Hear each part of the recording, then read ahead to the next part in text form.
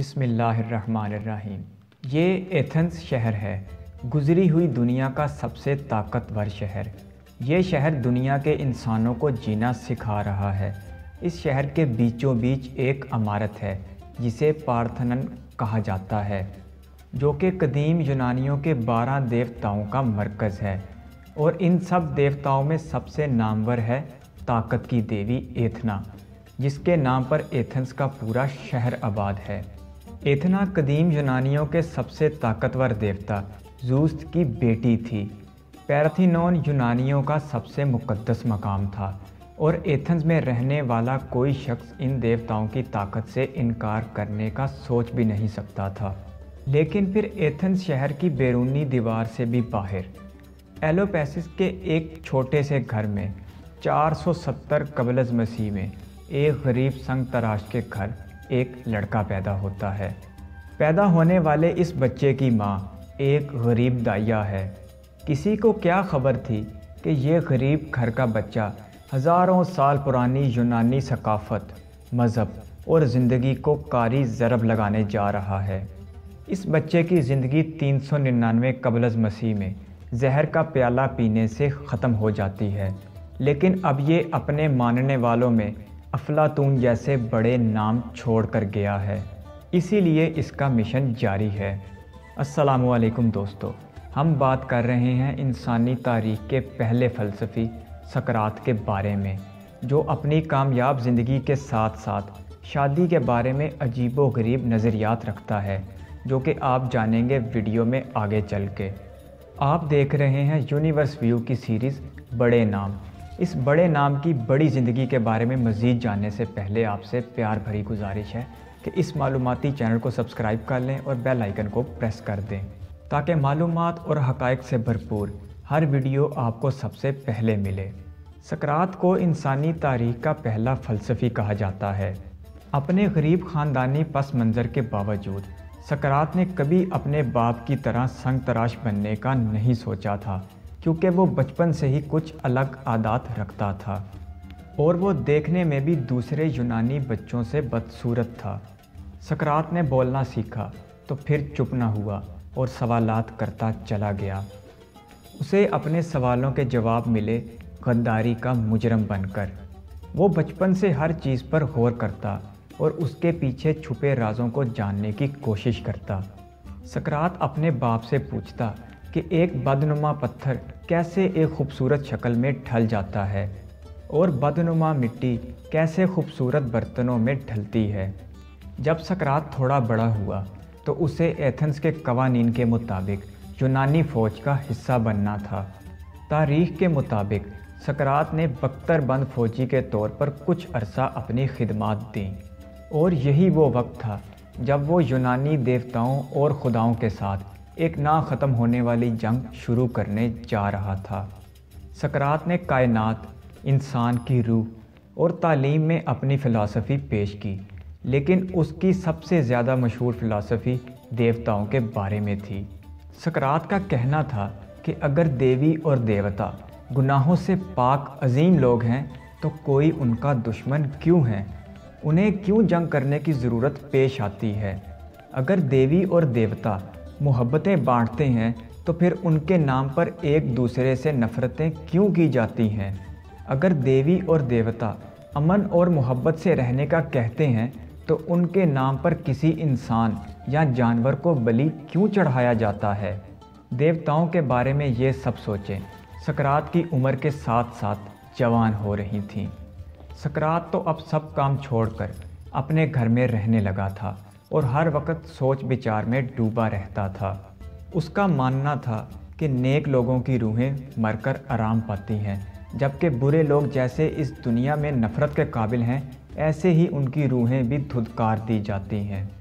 سقراط کی دیوتاؤں کے بارے میں یہ سوچ اب ایتھنز شہر میں جنگل کی آگ کی طرح پھیلنے لگی تھی، اور شہر کے طاقتور لوگ اس پر نظر رکھنے لگے تھے۔ یونانیوں کے طور طریقوں کے برعکس سقراط ایک مختلف زندگی گزار رہا تھا۔ اس نے نہ تو اپنے روایتی پیشے پر توجہ دی اور نہ ہی جوانی میں شادی کی۔ سقراط کی شہرت اب ایتھنز سے باہر نکل چکی تھی، اور ایتھنز آنے والا ہر شخص